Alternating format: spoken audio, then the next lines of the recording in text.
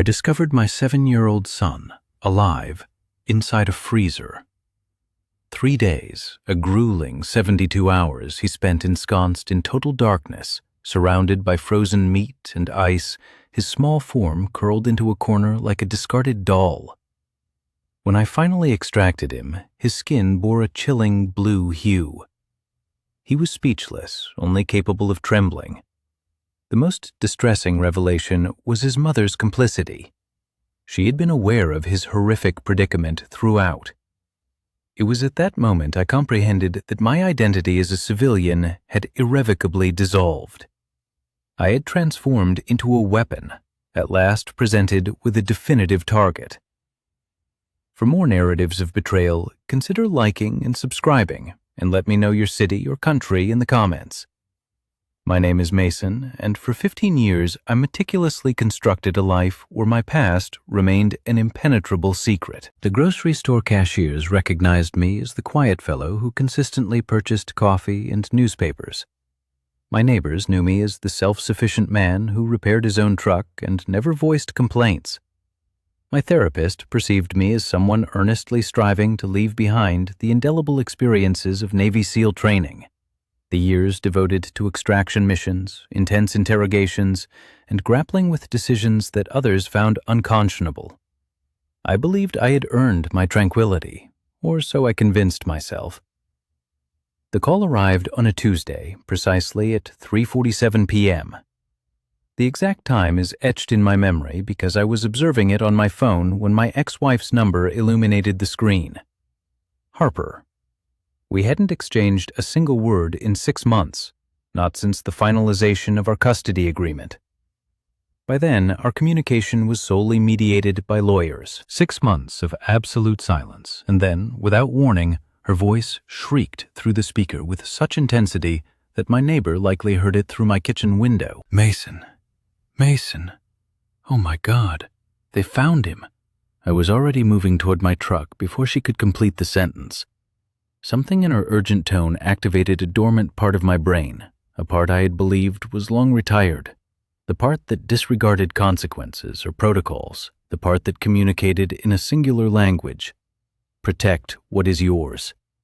Where's Ethan? I inquired, my voice devoid of emotion, causing her to momentarily falter. The hospital. Mason, he's alive. But I had already ended the call. 22 minutes later, I stood in a pediatric ICU, my gaze fixed on my 7-year-old son through a window. He was sedated, his lips tinged a faint blue.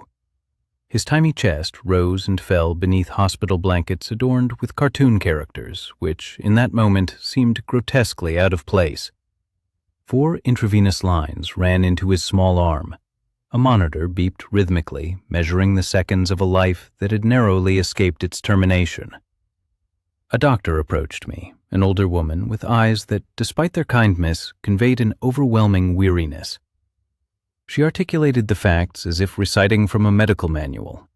Hypothermia, frostbite on his fingers and toes, dehydration, severe psychological trauma. 3 days, locked inside a commercial freezer at his stepfather's restaurant facility. Nobody knew he was there. That final detail resonated with unsettling force. Nobody knew. I posed questions quietly, systematically, employing the same meticulous approach I had been trained to use for extracting information. Where? When? Who discovered him? The doctor provided what answers she could. The police were involved. Child Protective Services was involved. There would be interviews, investigations, protocols. I nodded at appropriate junctures, uttering nothing of true significance. When Harper eventually appeared in the hallway, she seemed utterly unrecognizable. She was not the woman I had married 17 years prior, the one who chuckled at bad jokes and believed in second chances.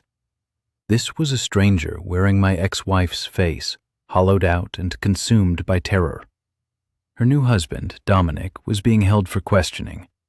She repeated his name like a desperate prayer, as if mere repetition could somehow alter the grim reality of what had transpired. He didn't mean to, she whispered. Mason, Dominic didn't mean to leave him there. He forgot. He was stressed about the business, and he just... He forgot Ethan was playing in the back room, and when he locked up for the night, I stopped listening somewhere around the word stressed. I scrutinized her face, truly examined it, and discerned something I ought to have seen years ago. Not merely poor judgment, but something far more sinister, a recurring pattern. The kind of pattern that remains concealed until it suddenly, violently, becomes undeniable. "How long have you known?" I demanded. She offered no reply. "How long, Harper?" "Mason, I didn't—" "That's not an answer." The truth was indelibly etched across her features. She had been aware of Dominic's volatile temper. She had knowledge of the illicit money that originated from sources non-existent on official documents. She had known, yet she had remained, dragging my son into that perilous world because departing would have been more difficult than enduring. I returned to Ethan's room and sat beside him. His small hand was bandaged, his breathing was shallow. And in that moment, I made a decision that would transform everything.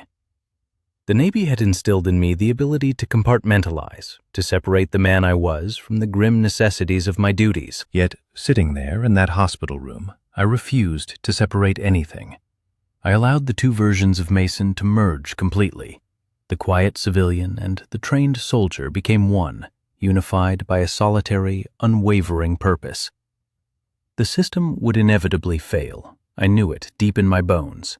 Dominic would secure legal counsel. The investigation would be complicated by his connections. Yes, I would later discover he had significant connections. Individuals who owed him favors, people in influential positions. Harper would reluctantly testify against him, then recant, then vanish into a complex web of emotions and fear. But I possessed other skills, other resources, other methods to ensure that what had befallen my son would never happen to another child. I retrieved my phone and made 3 calls to numbers I hadn't dialed in 5 years. The custody battle commenced in a lawyer's office on a bleak morning, indistinguishable from countless other gray mornings that preceded it. I recall thinking that betrayal ought to be heralded by spectacle, thunder, lightning, some cosmic sign signaling the world's unraveling. But it came quietly, with mountains of paperwork and signatures, and Harper's lawyer dispassionately outlining custody arrangements as if merely dividing household furnishings. I was not supposed to lose. That's what everyone assured me. I possessed stability, my career, private security contracting, the type of work that doesn't appear on official records but compensates far better than military service, was just beginning to flourish. I owned a home with ample space for a child. I had love, the kind that never questions or hesitates. However, Harper possessed something even more potent: fear. The narrative she presented to the judge was technically accurate, yet meticulously crafted to be lethally effective. Yes, I had been a Navy SEAL. Yes, I had been deployed. Yes, upon returning from certain operations, I had spent weeks gripped by insomnia, meticulously checking corners, treating my own home as hostile territory. She omitted any mention of the help I had sought, the therapist, the medication adjustments, the diligent work I had undertaken to ensure I was safe to be around. What she highlighted was the night I awoke her, my hands around her neck, a purely involuntary, trauma-driven act, and how that singular moment of my body betraying my mind became the permanent record of who I was. The judge saw a broken soldier. Harper, however, knew better. She recognized the man she had married at 23, before he became whatever the Navy had molded him into, and she was terrified of what that version of him might inflict upon their child. So she departed, and when she left, she took Ethan with her. The initial 2 years were governed by scheduled visitations, every other weekend and Tuesday afternoons if I could arrange it. Ethan was 4 when we separated. He couldn't comprehend why his parents lived in different houses. He only understood that his father was someone he saw on a calendar. Then Harper met Dominic.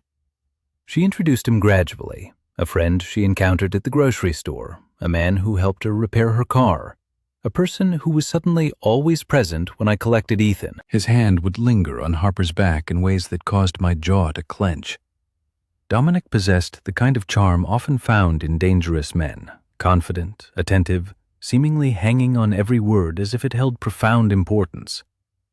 He brought gifts for Ethan. He laughed at Harper's jokes with the forced intensity of someone who had practiced appreciation. I noticed it immediately, the subtle shift in Harper's eyes when he entered a room, the way her voice altered to accommodate his presence. She was constructing a narrative where she was once again the lead character, and Dominic was co-writing it with her. The first intimations of his true nature were subtle, a casual comment about disrespectful kids getting what they deserve, a story about an employee who learned manners the hard way, an unsettling opinion about women requiring firm guidance, which even caused Harper to fall silent. But by then, Harper was already halfway ensnared in the gravitational pull of his attention. I raised the issue during one of my Tuesday afternoon pickups. Not in anger. I had learned that anger closes doors faster than anything else. I asked her directly, privately, away from Ethan's hearing, "He's different with you, more controlled, but I've seen how he talks about discipline." She glared at me as if I were fabricating stories. "You're projecting," she declared. "You're threatened because I'm happy. You want me to be as broken as you are." That was the precise moment, the exact second, I understood that something within her had shifted beyond my reach. She no longer desired my protection. She wanted desperately to believe in Dominic, because believing meant she had made the correct choice in leaving me. Cognitive dissonance, cloaked in defensive anger. I had witnessed it before, in interrogations, in collapsing marriages, in individuals choosing comfort over safety. Over the subsequent 18 months, Dominic became a permanent fixture, then a permanent resident, then a legal guardian when Harper granted him that status without informing me until after the paperwork was signed. My custody rights technically remained the same, but in practice, everything changed. Ethan would arrive at my house with stories about Dominic's rules, how one had to sit perfectly still at dinner, how raised voices implied disrespect, how mistakes demanded consequences that truly stung. Once, Ethan flinched when I merely raised my arm to scratch my head. That specific flinch communicated everything. I called Harper. I refrained from accusations. I simply inquired about Ethan's behavioral changes, his mounting anxiety, the fact that he had started wetting the bed again. She attributed it to school adjustment. She blamed him missing his father too much during the week. She attributed all problems to external factors, never acknowledging the man sharing her bed. When I attempted to confront the issue more directly, she threatened to curtail my visitation rights. She claimed my military mindset was projecting trauma onto her new family and accused me of sabotaging her happiness because I couldn't move past our separation. Consequently, I ceased my objections. This, as I now realize, was my crucial error. I observed from a distance as Dominic's restaurant empire expanded with an unsettling speed, multiplying locations at a pace that legitimate businesses rarely achieve. I watched Harper's eyes lose their sparkle, her smile growing more forced. I saw Ethan withdrawing into himself, becoming quieter, smaller, as if he sought to occupy less space in the world. Yet I did nothing beyond adhering to scheduled visitations and feigning normalcy. That was the true betrayal, not Harper's departure from my life, but my own silence, my own incapacitation, my own fear that excessive pressure would lead to Ethan's complete loss. This continued until a Tuesday when I arrived for pickup and Ethan was absent. Harper answered the door, visibly flustered. She explained that Dominic had taken him somewhere and that they would return shortly, but her hands trembled as she spoke, and her eyes held an unsettling mix of guilt and terror. It was then that my phone rang with an unknown number, and a voice informed me that my son had been discovered in a commercial freezer, barely breathing, on the brink of death. The custody battle had commenced quietly in a lawyer's office on a bleak morning. Betrayal arrived subtly, consisting merely of paperwork and signatures. I believed I shouldn't lose. I possessed stability, a career in private security, and a home prepared for my son. But Harper had fear, and fear, I learned, often overshadows facts. The narrative she presented to the judge, though technically accurate, was strategically arranged to be devastating. Yes, I had served as a Navy SEAL. Yes, I had returned from deployments bearing emotional wounds. She omitted any mention of my therapy or the diligent effort I had put into recovery. Instead, she emphasized the night I had, in a moment of pure, involuntary trauma, awoken her with my hands around her neck. This singular event became my indelible record. The judge perceived a broken soldier. Ethan was awarded to his mother. For 2 years, scheduled visitations dictated my life, every other weekend and Tuesday afternoons. Ethan, then 4, struggled to comprehend why his father's presence was a matter of a calendar. Then Harper met Dominic. He possessed that dangerous charm, an attentiveness, confidence, and presence that altered Harper's voice whenever he entered a room. He brought gifts for Ethan. He laughed with a practiced ease, as if appreciation were a learned performance. And I grasped it immediately. Harper was constructing a new narrative for herself, with Dominic as her co-author. The initial indicators were subtle: a remark about disrespectful children getting their comeuppance, anecdotes about employees learning manners the hard way, an opinion that women required firm guidance. Yet Harper was already ensnared in his gravitational pull. I broached the subject during a Tuesday pickup, carefully, without anger. I've learned anger closes doors. He's different with you, I observed, more controlled, but I've heard him discuss discipline. She regarded me as if I were fabricating stories. You're projecting, she retorted. You're threatened because I'm happy. You're as broken as ever. That was the precise moment. The exact second I understood that something within her had shifted beyond my influence. She no longer sought my protection. She wanted to believe in Dominic, because believing legitimized her choice to leave me. Over 18 months, Dominic became a permanent fixture, then a legal guardian. Harper had made him one without informing me. Ethan would return to my house with tales of Dominic's stringent rules. Sit still at dinner. Raised voices equated to disrespect. Mistakes demanded lasting consequences. Once, Ethan flinched when I merely raised my arm to scratch my head. That flinch communicated everything. I called Harper. I inquired about Ethan's behavioral changes, his escalating anxiety, the return of his bedwetting.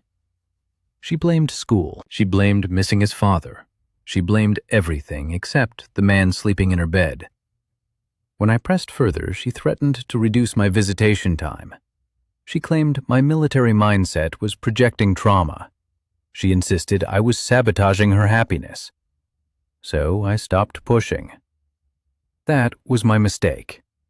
I watched from the sidelines as Dominic's restaurant empire grew with a suspicious rapidity for a legitimate business. I watched Harper's eyes dull, her smile grow strained. I watched Ethan retreat, becoming smaller, as if attempting to occupy less space in the world. And I did nothing, beyond showing up for scheduled visitations and pretending everything was fine. That was the authentic betrayal. Not Harper leaving me, but my own silence, my own paralysis, my own fear that pushing too hard would cost me Ethan entirely. This continued until a Tuesday, when I arrived for pickup and Ethan was not there. Harper answered the door, visibly flustered. She said Dominic had taken him somewhere, they would return soon. But her hands shook, and there was something else in her eyes. Guilt mixed with terror, as if she already knew something catastrophically wrong had transpired. My phone rang before she finished speaking. Ethan was awake when I entered his room, but I almost didn't recognize him. Hypothermia had altered his face, making it appear smaller, older, as if something had been extracted from within him, leaving only a shell of the boy I had known 3 days prior. His lips still retained a blue tint. I didn't speak. I simply sat in the plastic chair beside his bed and looked at my son. The monitor next to him beeped rhythmically, counting out seconds like a metronome, marking time in reverse. Each beep represented another second he had survived in that freezer. After 5 minutes, he noticed me. "Dad." His voice was barely audible, hoarse, as if frostbite had damaged his vocal cords. "I'm here," I said. I'm right here." "It was cold," he whispered. "I waited." Children process trauma differently than adults. They require time to release it, not pressure to explain it. So I sat and listened. "I was playing in the storage room behind the kitchen," he began. "Dominic said I could go back there. He was supposed to watch me, but he got busy with the ovens. I was just looking around, and then I went into this big room. It had like frozen chicken and stuff. It smelled funny, cold." Ethan's eyes were fixed on a point above my head, not truly seeing anything. I heard the door close. I tried to open it again, but it was locked. I knocked for a while. I yelled, but nobody heard me because the ovens were so loud out there. The freezer was far from the main kitchen, a detail I hadn't known initially. His small hands trembled against the hospital blanket. My fingers went numb first, then my toes. I kept moving around, trying to stay warm, but there was nowhere to go. Just frozen meat everywhere. And I was so scared, Dad. I kept thinking you'd come. I kept thinking Mom would find me, but the cold was so big. I didn't realize I was crying until he looked at me. "Ethan, this wasn't your fault. None of this was your fault." "I know," he said, yet he didn't sound convinced. Trauma often reassigns responsibility. Children do this. They find ways to blame themselves because at least then they retain a sense of control. If it was their fault, they could, theoretically, prevent it next time. A detective entered without knocking. Officer Quinn was her name, early 50s, with streaks of gray in her dark hair, displaying the kind of weariness that comes from witnessing too much. She carried a notepad and possessed the measured patience of someone experienced in interviewing traumatized children. I wanted to tell her to leave. Instead, I allowed her to ask Ethan her questions, starting with the gentle ones, gradually progressing to the harder inquiries that would define the legal case. How long had Dominic been angry that day? Had he mentioned intentionally locking Ethan in the freezer? Had Harper been aware of his capabilities? That last question caused Ethan's eyes to shift. "Mom was scared of him too," Ethan said. "Sometimes when Dominic yelled, she would make me go to my room, but she was scared. I could tell because her voice got different." Officer Quinn's jaw tightened, almost imperceptibly, but I noticed it. After she concluded, a social worker appeared. Dr. Hartwell, a woman in her 60s with soft eyes that had mastered the art of compassion without pity. She outlined the next steps. Ethan would require a psychological evaluation. The state would become involved. There would be interviews, investigations, a process that would unfold over months or years. "And custody?" I inquired. "Right now, your son is in protective custody. Given the circumstances and the immediate danger, CPS will recommend that he remain with you, pending investigation closure. Your ex-wife is under investigation for failure to report abuse and potential negligence." Harper, the final domino I had hoped wouldn't fall. She arrived at the hospital later that evening, her face blotchy from crying or stress or both. She tried to approach Ethan's room, but I moved to block the doorway. "Don't," I said quietly. "Mason, I need to see him. You need to tell me the truth first." We stood in the hallway outside his room. The fluorescent lights made everything appear clinical and cold, fitting for the conversation. "How long did you know?" I asked. Harper's mouth opened and closed like a fish pulled from water. The truth was etched across her face even before she spoke. "I didn't know he locked him in the freezer," she finally managed. "I swear I didn't know that." "But you knew about the other things. Mason, Harper, answer me." She looked away, and that was the answer. "He got angry sometimes with Ethan when he wasn't listening or when he spilled something. Dominic believed in firm discipline, but I hoped it was just words. I didn't think he would ever what? Lock your child in a freezer for 3 days?" "I didn't know!" she screamed, and the sound echoed down the hospital corridor. "Mason, he terrified me. He held dominion over everything, my finances, my movements, even the people I could contact." On one occasion, when I attempted to leave, he threatened to take Ethan, claiming the courts would side with him since I was the one seeking to separate Ethan from his father. He insisted they would believe him because, as he put it, you, even though you were unstable. He then declared he would inform the judge that I was an unfit mother. He said, She stopped, unable to continue her narrative. "What is it, Harper?" he pressed. He threatened to ensure I would never see Ethan again if I betrayed him. That single statement illuminated everything. Her complicity wasn't born of malice. It was the complicity of an individual trapped in the same confinement as her child, too terrified to break free because liberation risked losing everything. Yet understanding the reason does not lessen the anguish. "Dominic is in custody," I stated flatly. "He'll face charges, you'll face charges, and Ethan will recover." "Mason, please," she pleaded. "I know I failed him. I know I failed you, but please don't take him from me completely. I'm his mother. You'll speak with your lawyer," I interjected. "That's all we're doing right now." I turned and re-entered Ethan's room, closing the door behind me. My son feigned sleep, though his shallow breathing betrayed him. He had overheard everything. I sat beside him, utter silence pervading the space, for sometimes silence is the only remaining honesty. Dominic was released on bail 3 days following his arrest.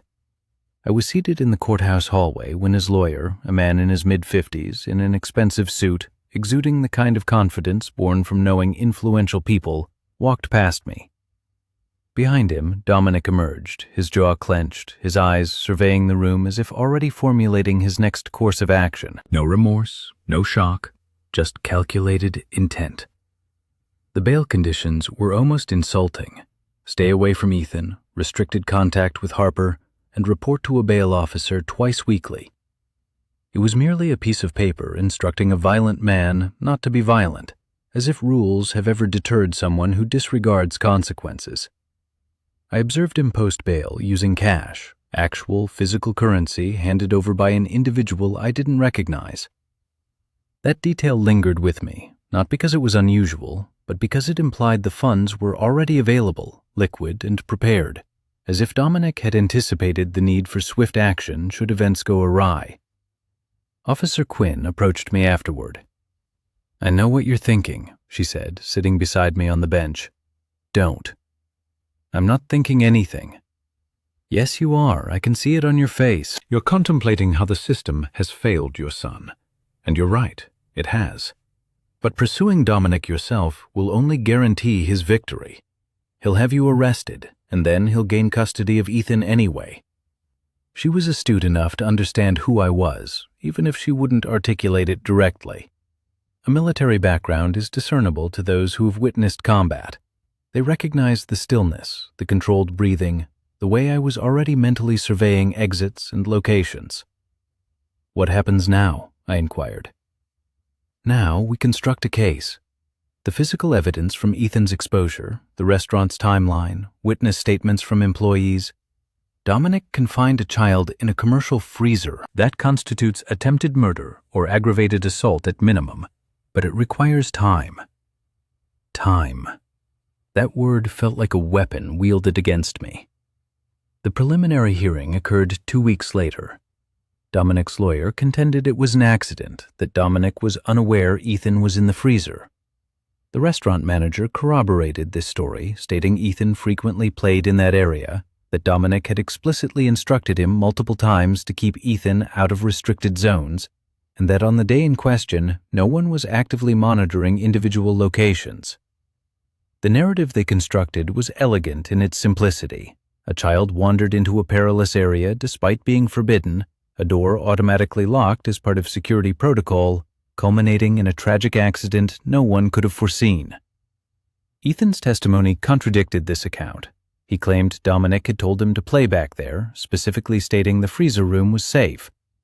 However, Ethan was only 7 years old. Dominic's lawyer systematically introduced doubt into his testimony, suggesting that a traumatized child might misremember who granted permission, that his mind might have reordered events amidst chaotic fear. The judge, Judge Mercer, a gray-haired and methodical woman, appeared sympathetic. Yet sympathy does not prevent bail conditions from being relaxed. Within a month, Dominic's reporting requirements were reduced. Within 2 months, the restriction on contacting Harper was lifted.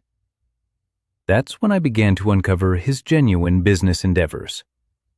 The restaurant itself was legitimate: fine dining, positive reviews, an expensive wine list. But beneath this facade lay something else: money that did not align with the restaurant's reported revenue, employees who remained for suspiciously brief periods, and invoices that failed to correlate with physical inventory. I reached out to contacts I hadn't utilized in 5 years, former SEAL comrades, individuals I had worked with on contract operations, people who operated in the ambiguous territory between legality and illegality. I inquired about Dominic's financial footprint, his suppliers, his connections. What I discovered was worse than I had anticipated: human trafficking. Women brought in through visa fraud, their documents confiscated, their earnings siphoned to Dominic. The restaurant served as a front, a place where money was laundered and vulnerable individuals were controlled. And Dominic was not acting alone. He had backing from individuals higher up a chain I did not yet fully comprehend. When I informed Officer Quinn of my findings, she became very still. "Where did you obtain this information?" she asked. "Does it matter?" "It matters if it's admissible in court. It matters if it can actually be used to build a case instead of merely complicating matters with illegal surveillance." "It's not surveillance," I countered. "It's intelligence gathering." She gazed at me for an extended moment, and I observed the calculation in her eyes. She knew what I was capable of. She also knew that if I pursued the path I was considering, it would jeopardize the official case. "Let me do my job," she finally said. "Give me what you have, but let me do my job properly." I handed over documentation, bank records, supplier names, contact information. Nothing derived from legal sources, although the intelligence underlying it certainly did. What I did not disclose was that I was already pursuing another avenue. Harper filed for custody separation. She sought to end her marriage, desiring protection and wishing to testify fully against Dominic. However, her lawyer, Marcus Chun, a shrewd man genuinely committed to justice, warned her that coming forward would render her a target. "He'll retaliate," Marcus stated during a meeting I attended verbally. "Verbally, financially, legally. He'll try to prove you were complicit. He might even attempt to harm you physically." Harper's hands trembled as she affixed her signature to the papers. Coincidentally, Dominic's lawyer subsequently filed a motion requesting the complete removal of bail conditions. The argument presented was that there was insufficient evidence of immediate danger, that the accident narrative had withstood scrutiny, and that keeping restrictions indefinitely constituted a civil liberties violation. The judge granted the motion. Dominic walked free, entirely free. No monitoring, no restrictions, no requirement to avoid any place or person. And Ethan began experiencing incessant nightmares. I did not sleep that night. I sat at my kitchen table with a laptop and a cup of coffee that grew cold, compiling all the information I possessed on Dominic. The restaurant's financial records revealed a consistent pattern: invoices that did not correspond to orders, cash deposits exceeding reported revenue by 40%. Money flowed in and out of accounts in sequences that defied financial logic but perfectly aligned with trafficking practices. I made 3 phone calls. The first was to Ryder, a former SEAL who had transitioned into private intelligence work, operating freelance and asking fewer questions than law enforcement while delivering quicker results. The second call was to a forensic accountant with whom I had collaborated on a contract assignment in 2019. The third was to a woman who previously managed an NGO dedicated to human trafficking recovery. I no longer sought permission. I merely requested information. The intelligence that emerged over the next 72 hours completely reshaped the situation. Dominic did not solely own the restaurant. He was a mid-level operative for someone else, a man named Victor Kane, who ran a network that trafficked women through the visa system. These women hailed from Eastern Europe, Latin America, and Southeast Asia, arriving on H-2B visas with promises of restaurant and hospitality work. Their documents were immediately confiscated, and their debt was astronomical, encompassing recruitment fees, visa processing, housing, and food. They toiled for 18-hour days, paid in cash that barely covered their expenses, and were threatened with deportation if they attempted to leave. The restaurant was merely the front. The real profits stemmed from post-hours activities, commercial sex operations, parties at private locations, and trafficking networks spanning 3 states. Dominic served as the local facilitator, recruiting, managing, and ensuring the women's compliance through a combination of economic coercion and threats. And when he needed to demonstrate the consequences for those who stepped out of line, Ethan's confinement in the freezer likely served as a preview of his temperament. This information was barely admissible in court, yet immensely useful elsewhere. I reached out to Officer Quinn directly. "I need you to hear something, and then I need you to refrain from asking its source," I stated. She met me in a parking garage, a neutral location. She listened intently as I meticulously outlined the trafficking operation with clinical precision, detailing names, dates, financial flows, and personnel. She did not interrupt. When I finished, she leaned back. "If I pursue this direction, it changes everything. It becomes a federal case. Local PD loses jurisdiction. We're talking FBI, Homeland Security, potentially even an organized crime task force." "I know. And should they uncover your unauthorized preliminary intelligence gathering, it would be presented as leaked information from an undisclosed source." She fixed her gaze on me for an extended period. "You're going to proceed with this regardless, aren't you? Whether you assist me or not, I am determined to ensure my son's assailant faces legitimate repercussions. Everything else takes a back seat." She retrieved her phone and initiated a call. When the detective on the other end answered, she conspicuously omitted any mention of my involvement. Instead, she merely reported suspicious financial activity and potential labor trafficking linked to Dominic's restaurant. This was sufficient to elevate the matter beyond the purview of local law enforcement. Within a fortnight, federal agents secured a warrant. The restaurant was subsequently raided on a Tuesday morning. I observed the news coverage from the confines of my office. They confiscated documents and seized computers. In an upstairs office space, which was not declared on any business license, they uncovered evidence of wage theft, document confiscation, and human trafficking. 7 women were found captive there. Dominic found himself arrested once more, though this time the charges were markedly different. Federal charges of money laundering, human trafficking, labor trafficking, and forced labor were levied against him. These types of charges typically preclude easy bail conditions, as the risk of flight is substantial when federal prosecutors become involved. Harper's attorney contacted me that afternoon. "The federal investigation significantly impacts the custody case," Marcus stated. "The charges alone, even prior to conviction, clearly demonstrate a danger to Ethan. The judge will likely grant you full custody pending trial. But Mason, there's something else you need to comprehend." "What is it?" I inquired. "Harper is collaborating with federal authorities. She's providing them with intricate details concerning Dominic's operations, his contacts, and his financial flows. She is essentially turning state's evidence. This means she is officially a witness in a federal case, which, unfortunately, makes her a liability to anyone connected to Dominic." He was implicitly conveying that Harper now required protection. The man I had resented for years for taking my wife was entangled in something far grander, involving individuals who cared nothing for custody arrangements or marital breakdowns. Individuals who permanently eliminate threats. "Where is she?" I demanded. "Undergoing witness protection consultation. Federal marshals are organizing a temporary relocation." A subtle shift occurred within me, not forgiveness, that would require more time, but an acknowledgement that Harper had finally, at the most critical juncture, chosen to do the right thing. She had chosen Ethan. She had chosen to speak the truth against the man she had chosen over me, over our family, over safety. That certainly signified something.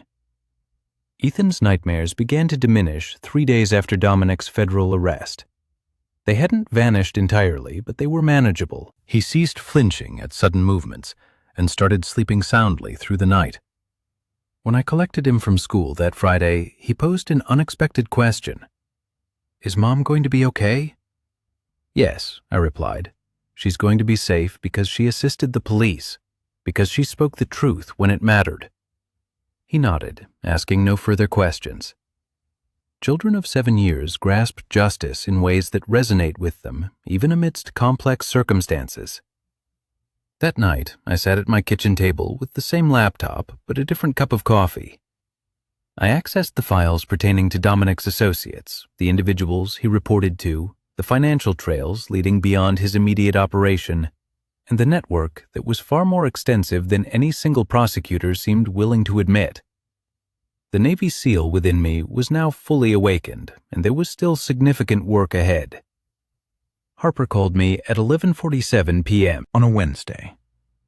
I was still awake, seated on my porch with cold coffee, contemplating the trial scheduled to begin in 3 weeks. Her voice trembled as she spoke. "I need to see you, not at your house, somewhere public." "What happened?" I asked. "I can't discuss it over the phone. Please, Mason, I'm afraid." We met at a 24-hour diner on the outskirts of town, the kind of establishment where patrons generally pay little attention to one another. Harper was already settled in a booth when I arrived, her hands clasped around a coffee cup she wasn't drinking. She appeared worse than at any point since this ordeal began, not physically injured, but emotionally depleted. I sat opposite her, maintaining my silence. Sometimes quiet is the most effective catalyst for conversation. "I did something," she began, "years ago.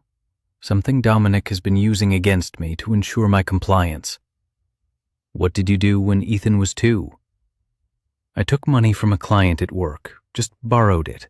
I intended to repay it. My car broke down, I had no savings, and I was desperate. I took $3,000 from a law office account." I listened intently. "I did pay it back 3 months later. They never pressed charges. No one even reported it missing until after I'd replaced it. But Dominic found out. Someone told him, and he held on to that information like a loaded gun.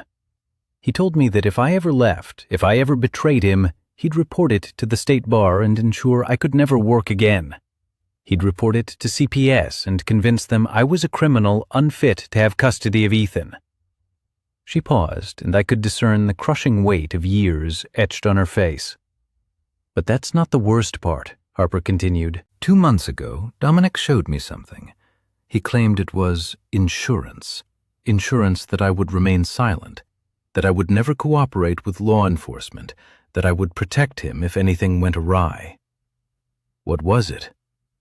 A video of him and someone else, someone important. Someone he said had connections that extended very high up. He stated that if anything happened to him, if he ever got arrested or investigated, this person would instantly know. That person would come after me, after Ethan. He said my past theft would be the least of my problems, because his associate could make us disappear. A cold sensation coursed through me. Who was it? The person in the video? I don't know his name. Dominic never told me. But from the conversation in the video, from the context, Mason, I believe Dominic was merely a pawn for someone else. I think he was a middleman for something much larger. The trafficking, the money laundering. I think he was reporting to this person, taking orders from them. This revelation altered everything. The federal investigation had centered on Dominic as the primary operator. But if he was merely middle management within a larger organization, then his conviction wouldn't dismantle the network. It would simply remove one replaceable piece, leaving the system fundamentally intact. "Do you know where the video is?" I asked. "No, he keeps it in a secure location. He showed it to me only once to drive his point home. But Mason, I came forward anyway. I testified to the federal investigators despite his threats because I finally realized something." She looked up at me, tears streaming down her face. I realized that living in fear was already a kind of death. Watching Ethan flinch at every loud noise, knowing what he endured in that freezer, knowing that I allowed it to happen because I was too terrified to leave, that broke something in me. I couldn't live like that anymore. So I chose Ethan over my own fear. I hadn't anticipated this version of Harper, the woman who had betrayed my family, who had chosen a dangerous man over stability, who had permitted her son to be locked in a freezer. That woman was gone. In her place was someone I barely recognized, someone who had at last grasped the true meaning of strength. The federal marshals are relocating me tomorrow, Harper continued. I'll be in protective custody for the duration of the trial. After that, I don't know. I'll probably have to move, change my identity if his associate decides I'm a threat. You did the right thing, I affirmed. Did I? She countered. Because it doesn't feel like the right thing. It feels like I'm running. It feels like I'm abandoning Ethan, even though I'm doing it to protect him. I understood her sentiment perfectly. There is a peculiar cruelty in justice. Sometimes the correct path isn't always the one that feels right. Ethan will understand when he's older, I reassured her. He'll know you chose the truth when it mattered. She nodded, but I could see she didn't quite believe it yet. Perhaps she never would. There's something else, Harper said quietly. Something I didn't tell the federal investigators because I was too ashamed. It's about why I stayed with Dominic.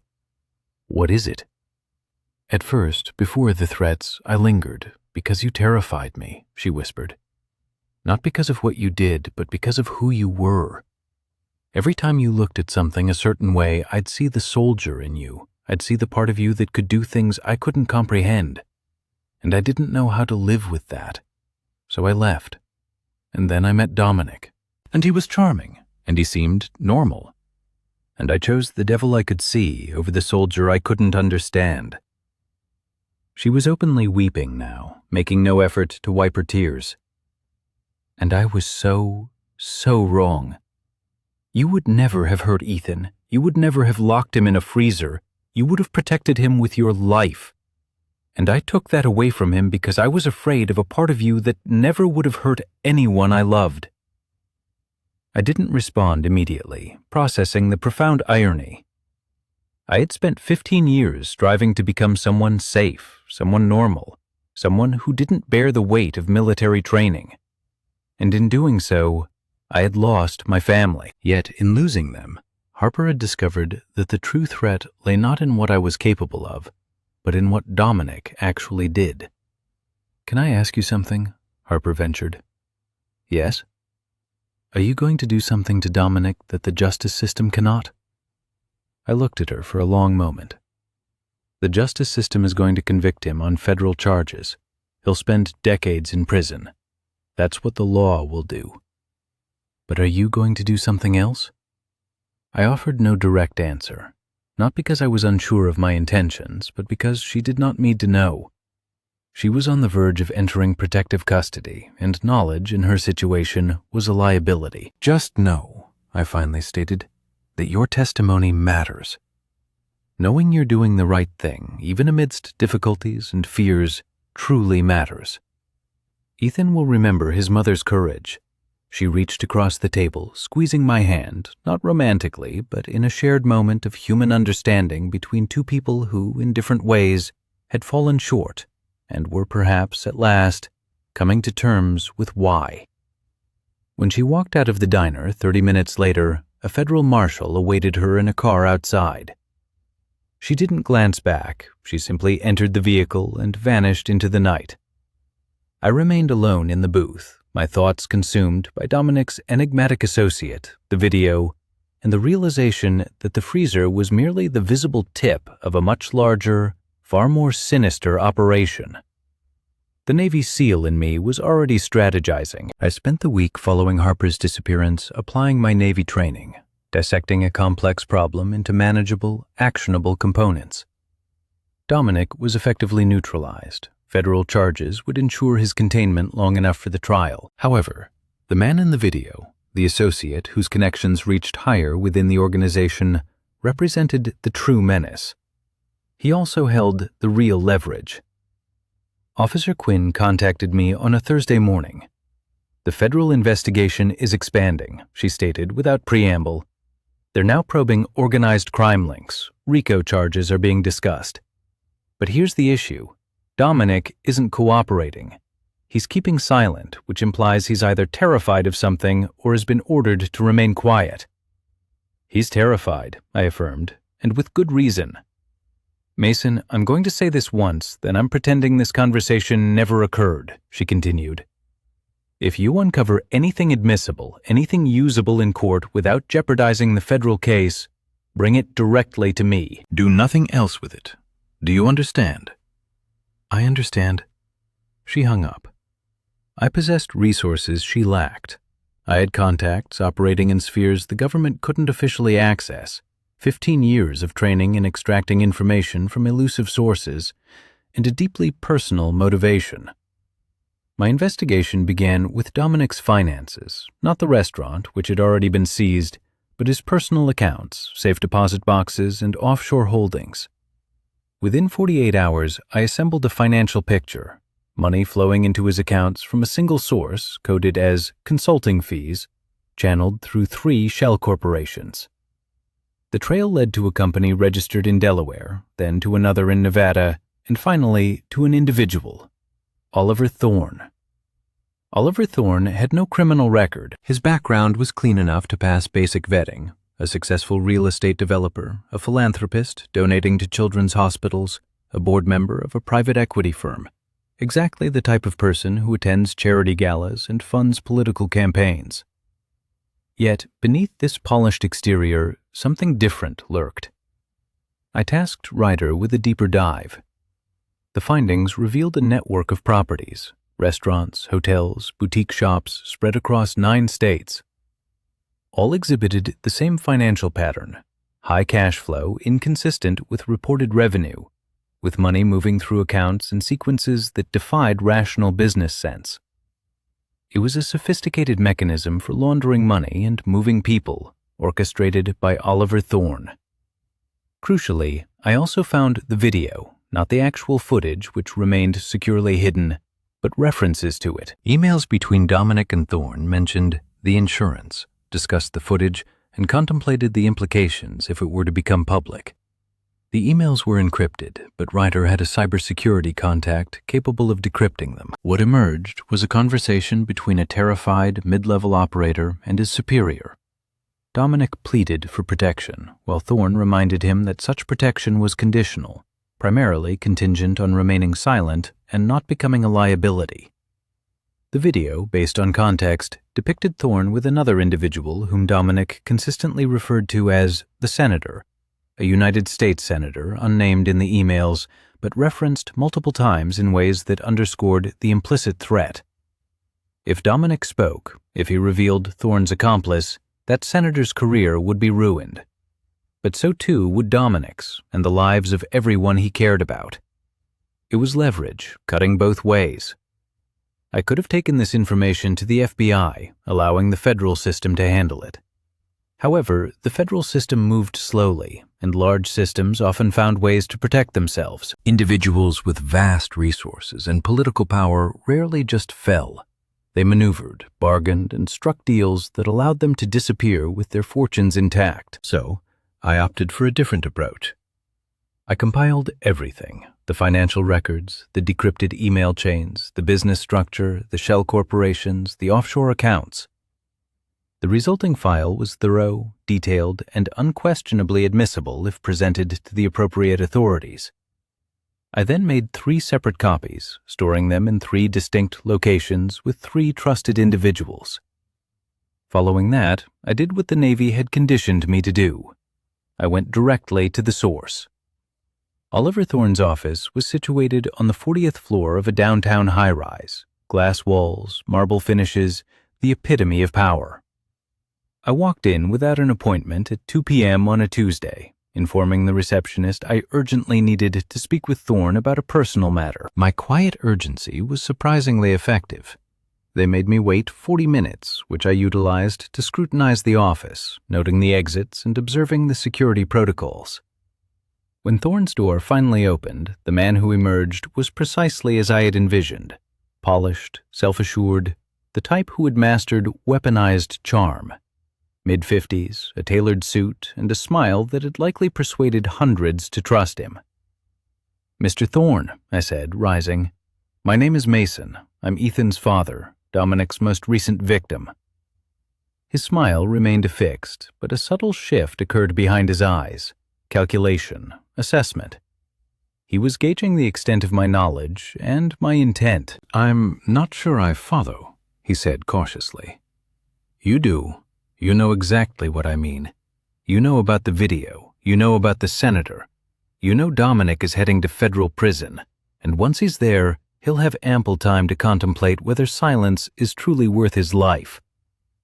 "If you're suggesting—" "I'm not suggesting anything," I interjected. "I'm telling you what's going to happen. You are going to dismantle this network. You are going to contact every woman held in any of your operations and facilitate their voluntary departure. You are going to shut down the trafficking pipeline. You are going to transfer all assets associated with these operations to organizations that aid trafficking survivors. And if I don't, then the file I've compiled gets delivered to the Justice Department, the FBI, every news organization in the country, and every political adversary of your senator friend. The video, incidentally, will also surface, and unlike Dominic, I have absolutely no reason to keep any of this quiet. You realize that threatening me like this is a federal crime. I'm not threatening you. I'm merely informing you of the consequences of continued criminal activity." He smiled again, though this time it was different, almost a hint of respect, the way one predator acknowledges another. "You're not going to turn me over to law enforcement," he stated. "Because if you do, they'll inquire about your source of information. They'll investigate your contacts. They'll complicate the case against Dominic. You've come here operating off the books, and you want it to remain that way." He was correct, but he had erred in assuming this gave him leverage. "The file doesn't require law enforcement," I stated quietly. "It needs journalists, and journalists don't need warrants or search procedures. They simply need the truth. That file will prove very interesting to them." I observed the shift in his expression. He was now weighing exposure to criminal investigation against exposure to public scrutiny. Both outcomes meant his downfall. The question was which one he could endure longer. "You have 48 hours to demonstrate to me that these operations are being dismantled," I continued. "After that, the file goes public." I turned and walked out of his office before he could respond, never looking back. What transpired next unfolded like a story no one would believe if I recounted it. Oliver Thorne, confronted with the choice between federal prosecution and public annihilation, opted for a third path: disappearance. He liquidated his assets, severed his business connections, and relocated to a country with no extradition treaty with the United States. The trafficking network, deprived of his leadership, collapsed. The women being held were quietly released by lower-level operators who suddenly realized their boss wasn't returning. The operations across 9 states were dismantled within weeks. The senator's name never became public. Some deals, I learned, are brokered in spaces where official records simply do not exist. And Dominic, languishing in federal prison awaiting trial, never discovered who had orchestrated the unraveling of everything he had been a part of.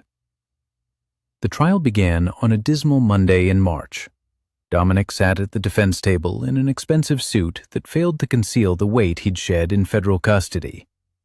His lawyer, a sharp and methodical woman named Fiona Graves, had formulated a strategy built entirely on reasonable doubt and technical defense, not guilt or innocence, but simply doubt.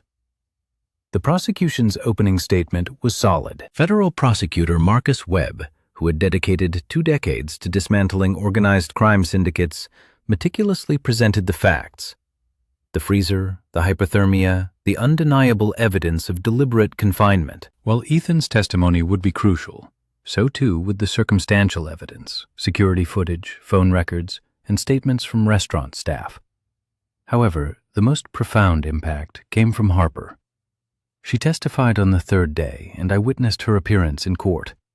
The weeks spent in protective custody had etched themselves onto her, not physically, but in a deeper, more fundamental way. She resembled someone who had been emptied out and then painstakingly rebuilt into a more resilient being. Her testimony was devastating precisely because of its accuracy. She recounted the abuse she had endured, Dominic's volatile temper, and his controlling nature. She detailed the night he returned home infuriated about an employee, his menacing remarks about teaching people lessons. She described discovering Ethan missing, the surge of panic, and the slow, dawning realization of what had occurred as the hours slipped by. "Did you know your son was in the freezer?" Webb inquired. "Not immediately, but I should have realized sooner. I knew Dominic was capable of something like this. I simply didn't want to confront it." Fiona's cross-examination aimed to discredit Harper's testimony. She suggested Harper had an ulterior motive, to ensure Mason retained custody and to rekindle her relationship with her ex-husband by demolishing Dominic's reputation. She also implied that Harper's emotional state might have compromised her memory. Yet Harper remained steadfast. She answered every question directly, without equivocation or evasion, acknowledging what she couldn't recall and firmly standing by what she did. Then came Ethan. This was the moment I had dreaded most. The thought of my 7-year-old son being interrogated about the most harrowing days of his life in front of a courtroom filled with strangers. But as he entered, he was far calmer than I had anticipated. A child therapist had prepared him, helping him grasp the situation and understand the significance of his testimony. Webb approached the questioning with delicate gentleness, encouraging Ethan to narrate that day in his own words, avoiding leading questions, and allowing the child's account to unfold at his own pace. Ethan spoke of playing, of entering the freezer room because Dominic had allowed it, of the door closing, and then the bone-chilling cold. "Were you scared?" Webb asked. "Very scared," Ethan whispered, his small voice echoing through the courtroom. "I didn't think anyone would find me." Fiona's cross-examination was brief and restrained. Aggressively questioning a traumatized child risked alienating the jury. She posed clarifying questions about Ethan's timeline, probing his certainty about details and whether he might have misremembered Dominic's words regarding permission to be there. Ethan consistently maintained his story, not because he was coached, the therapist had specifically avoided that, but because it was the unvarnished truth. Next, the security footage was presented. Interior cameras from the restaurant showed Ethan entering the freezer room at 3:47 p.m. They then showed Dominic locking the facility at 5:15 p.m. No one entered through the freezer room door during that interval. The timeline was beyond dispute.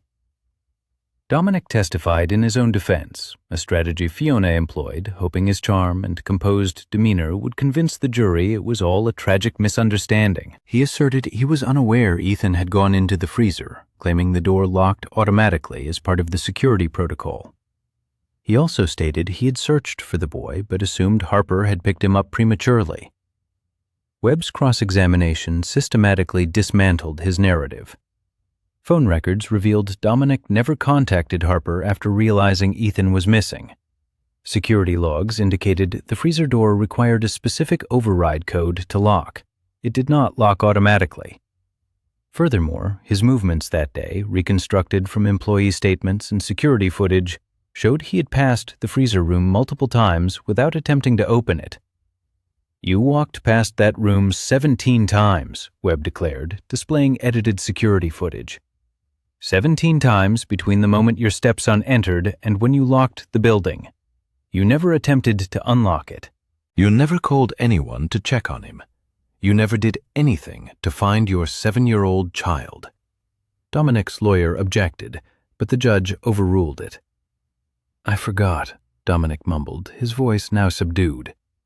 "I was working. I was focused on the rush. I just forgot." "You forgot?" Webb reiterated. "You forgot that a child was in a sub-zero freezer while you were working. That's your defense?" The jury remained unconvinced. The verdict arrived on a Friday afternoon. Guilty on all counts. attempted murder, aggravated assault, child endangerment, reckless behavior resulting in bodily harm. The judge scheduled sentencing for 2 weeks later. I observed Dominic's face as the verdict was read. There was no shock, no anger, only a quiet acceptance. He had known he was guilty. His defense had been a mere formality, a legal obligation. But in that moment, confronted with the reality of conviction, something shifted in his expression. Not exactly remorse, but more akin to the sudden understanding that he had utterly miscalculated. The sentencing was straightforward. The judge imposed the maximum penalties for each count to be served consecutively rather than concurrently. 28 years. He would serve every single one. When the judge's gavel struck and Dominic was led away, Ethan looked at me. "It's over?" he asked. "It's over," I replied. But I knew it wasn't, not truly. The legal battle had concluded, but the journey toward justice had only just begun. The quiet, daily work of healing a child, rebuilding trust, and learning how to exist in a world where the very people meant to protect you had failed so profoundly. Harper emerged from the courtroom, flanked by her federal marshal escort. She spotted Ethan and me standing in the hallway. For a fleeting moment, our gazes met. No words were exchanged, only a tacit acknowledgement that we had both fulfilled our roles. Now we had to determine what came next. She offered Ethan a genuine smile, a departure from the strained one I'd witnessed during the trial. He waved back. It was a small gesture, but it felt significant. As I left the courthouse, my son's hand in mine, I reflected on the path that had led us to that juncture. The freezer, the hospital room, the investigation, the network I had dismantled, the individuals I had covertly steered through the system, the leverage I had employed, and the choices I had made. Choices that existed in the ambiguous space between legal and necessary. And I thought of Oliver Thorne, wherever he might be now, finally comprehending that building empires on the suffering of women and children carried severe repercussions. Justice doesn't always manifest through courts and verdicts. Sometimes it emerges quietly through the accumulated weight of undeniable truth. 6 months after Dominic's sentencing, Ethan and I had settled into a rhythm that had begun to feel normal again. Not the old normal, which was irrevocably gone, but a new normal where mornings weren't marred by nightmares and bath time no longer triggered panic attacks. His therapist, Dr. Elena, was exceptional. With 20 years of experience working with traumatized children, she understood that healing was not linear. Some days, Ethan appeared completely recovered, laughing at school, making friends, behaving like any other 8-year-old. Other days, a particular sound or smell would transport him back to the freezer, and we would spend the evening in the living room, him wrapped in a blanket, both of us processing the moment until it subsided. I had temporarily stepped back from contract work. Ryder, my colleague, understood without needing an explanation. Some jobs required doing, but not by me, not right now. Ethan needed consistency more than I needed income, and years of Navy training had left me with sufficient savings to prioritize what truly mattered. Harper called every other week. She was living under a new identity in a small town in Montana, working at a bookstore and attending support groups for survivors of domestic abuse. She sent Ethan physical letters, not emails, to avoid any digital trace. He kept them in a shoebox beneath his bed and reread them frequently. In one of our conversations, she told me she had established a nonprofit organization dedicated to assisting women escaping trafficking situations, using funds seized from Dominic's accounts and redirected by the federal court system. "It feels like the only way to make meaning out of what happened," she explained. I understood. Officer Quinn had been promoted to a larger task force. The federal investigation into Dominic's network had expanded far beyond what I had initially uncovered. Without Oliver Thorne to manage it, the trafficking operation had collapsed. But the investigation into his associates, his contacts, and the senator's involvement was ongoing. I received occasional updates through official channels, always carefully worded to avoid implicating my own extra-legal actions. The system, when it finally resolved to operate effectively, had proven remarkably efficient. One late August afternoon, Ethan returned home from school and posed a question I had been anticipating. "Did you do something?" he asked. "Something that wasn't normal?" We were sitting on the back porch. I had learned that difficult conversations with Ethan fared better outdoors, where there was space, fresh air, and the soothing distraction of trees. "What do you mean?" I asked, though I knew precisely what he was implying. Mr. Travis at school said his dad is a judge, and his dad told him that sometimes people do things that aren't legal but still feel right. And I was thinking about how fast everything got solved. Like Dominic was caught, and the trial happened, and he went to jail. But other people's dads told us about cases that take years and years. So I was wondering if you did something. I sat with that question for a long moment. I could have lied. I could have easily dismissed it as mere good fortune, effective police work, or the system performing as it should. It would have shielded him from the unsettling realization that his father operated in realms where regulations were perceived more as suggestions than strict mandates. However, I had already concluded that providing Ethan with the unvarnished truth was paramount. I engaged in certain actions that weren't strictly illegal, I began cautiously, but they existed in areas where the law struggles to exert its influence. I utilized skills honed during my Navy service to gather intelligence. I helped ensure that those responsible for what transpired with you truly faced repercussions. "Did you harm anyone?" he asked, his voice tinged with apprehension. "No," I affirmed. "I leveraged information, not violence." Ethan absorbed this before finally responding, "Good, because I don't want you to be in jail, but I also wanted there to be consequences." He paused, then added, "And there were, so that's good." From the lips of children often flows a wisdom that adults strive for years to articulate. Ethan had grasped a concept I had grappled with for months. Justice and law are not always synonymous. Sometimes, to achieve one, it becomes necessary to operate beyond the confines of the other. That evening, I solidified a decision that had been brewing in my mind for a considerable time. I reached out to Ryder. "I want to embark on a different path," I declared. "I'm listening," he replied.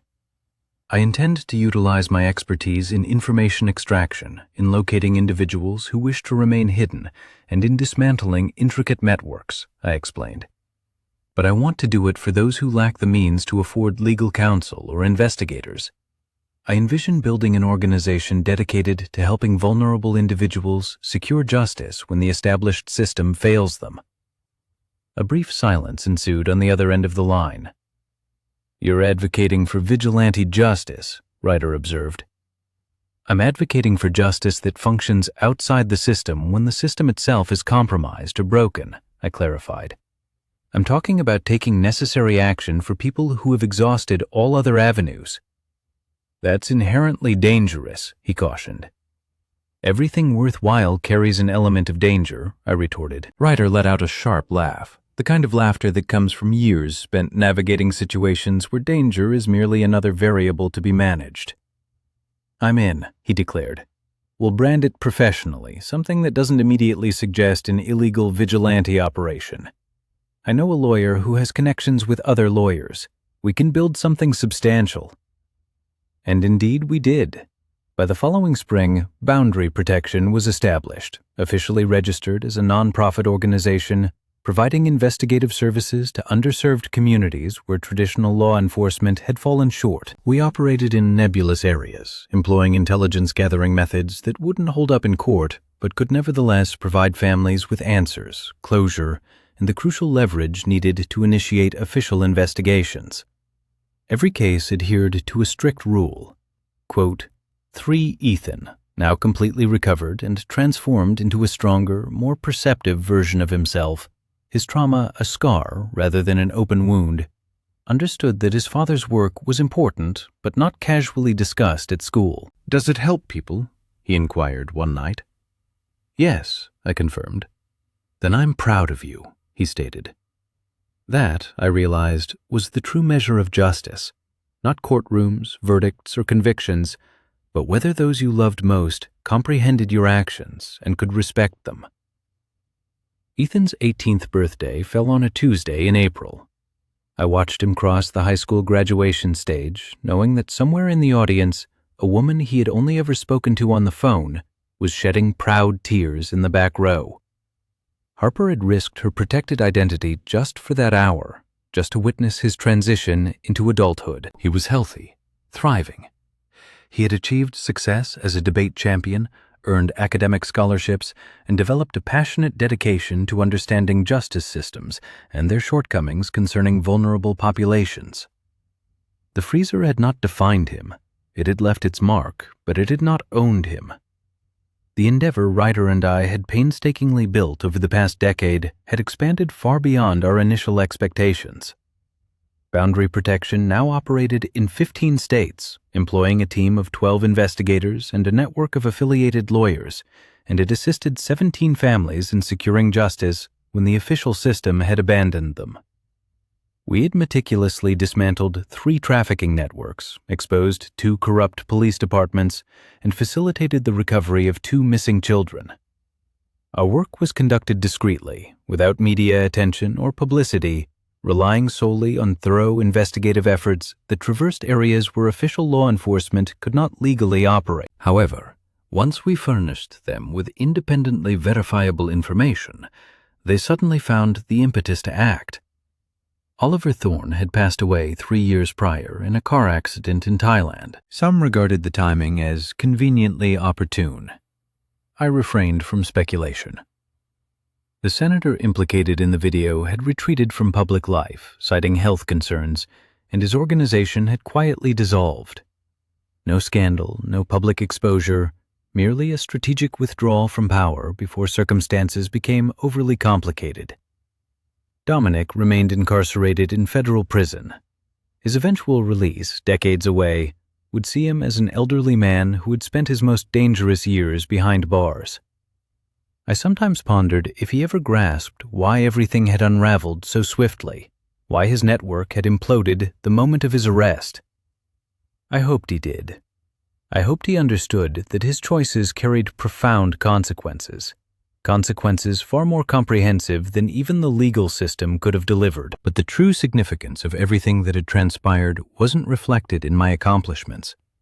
It was embodied in my son, standing confidently and strongly on a graduation stage, poised to forge a life that the freezer had failed to steal from him. Following the ceremony, Ethan sought me out in the parking lot. "I've been contemplating," he began, "pursuing law, perhaps criminal justice reform, or perhaps working with organizations like yours. I want to ensure that what happened to me never happens to other children." My initial impulse was to urge him to live a conventional life, to distance himself from trauma, justice, and the burdensome responsibility of mending broken systems. Yet I knew better. He had matured in a world where those realities were undeniable. To pretend otherwise would be a disservice to the person he had become. "Then that's precisely what you will do," I replied.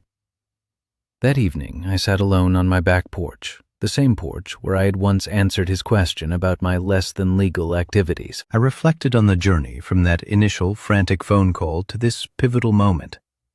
I thought about Harper's courage in choosing truth, about the women we had liberated, about the systems we had exposed, and about the quiet, persistent work of justice that unfolds when official channels falter. I contemplated who I had been, a fractured soldier striving to be a civilian, and who I had become, a man who understood that sometimes the most crucial work occurs in the interstitial spaces between law and necessity. My phone buzzed. A message from a woman I had never met in person. Case number 447 in our files. She was writing to inform me that her daughter was commencing community college, pursuing nursing, meticulously planning a future that trafficking had nearly snatched away. "Thank you," the message read, "for doing what the system wouldn't." I did not reply. We never did. Our work existed in a realm where acknowledgement could introduce unnecessary complications. However, I carefully archived the message with the others, a silent collection of moments that affirmed the profound impact of everything I had undertaken. And now, I have a question for you. You've journeyed alongside Mason and Ethan through their darkest despair and their arduous path towards healing. You have witnessed the transformation of love into a weapon and a father's pain into a potent purpose. But the question I implore you to consider is this. In a world where established systems falter and justice often appears unattainable, what lengths would you go to protect someone you cherish? And in reaching those lengths, what kind of person would you ultimately become? This is not a rhetorical query. I genuinely seek your perspective. Please share your thoughts below and inform me of your location, your city, your country. Don't hesitate. More importantly, what emotions did this story evoke within you? Because here's what I've come to understand. Stories like Mason's resonate deeply because they compel us to confront fundamental questions about the individuals we aspire to be. They challenge us to consider standing firm when systems fail, the intrinsic cost of justice, and whether true strength lies in rigid adherence to rules or in discerning which rules demand to be broken. This brings me directly to you. I want to know what narratives captivate your imagination. Are you drawn to military revenge sagas similar to this one? Do you yearn for dark thrillers where corruption is ruthlessly exposed? Do you desire more stories centered on fathers protecting their children, ex-wives discovering redemption, or the quiet, unexpected victories of justice? Comment below and tell me what types of stories truly engage you. Tell me what compels you to hit like and subscribe. Tell me what keeps you riveted until the very end. Because the stories I bring you next will be meticulously crafted based on your invaluable feedback, right now. We are far from finished, not even close. I am currently developing a story about a military intelligence officer who uncovers the chilling truth that his wife's death was not an accident, but a meticulously orchestrated cover-up. He will relentlessly dismantle every deception standing between him and the truth. I am working on a narrative about a woman who endured trafficking, escaped, and is now systematically dismantling the very network that shattered her life. I am crafting stories that will force you to reevaluate everything you thought you knew about justice, revenge, and the extraordinary power of a single individual who refuses to tolerate injustice. These stories are on their way, and they will be raw, truthful, and utterly unforgettable. But their arrival depends on your continued engagement. Hit like, subscribe, comment, and tell me what you desire. So, here is my final question before we bid farewell to Mason. Considering everything Mason sacrificed, everything he became, and every risk he took, do you believe he made the right choices? Do you think justice, at times, necessitates transcending the boundaries of the law? Please share your thoughts in the comments. I meticulously review each individual comment, leveraging them to craft more compelling narratives. Furthermore, if you are a newcomer experiencing our channel's storytelling for the very first time, I urge you not to depart immediately. Please remain with us and subscribe, as every single story presented here is purposefully constructed to provoke thought, to stir emotions, and to encourage a critical examination of the societal structures within which we exist, alongside an introspection into the latent strengths we possess. The subsequent narrative will be unveiled shortly. It promises to diverge significantly from the current one, adopting a more somber tone in certain aspects, featuring heightened intensity, and introducing a character whose impact will linger indelibly in your memory. My gratitude extends to you for your presence here, for accompanying me throughout Mason's profound odyssey. Share your city in the comments, articulate the types of stories you desire, convey whether Mason served as an inspiration, a haunting presence, or prompted a reevaluation of your perspectives on justice, kinship, and the lengths a father will go for his offspring. Subsequently, please subscribe, express your approval, and prepare yourself for the transformation in narrative artistry has only just commenced.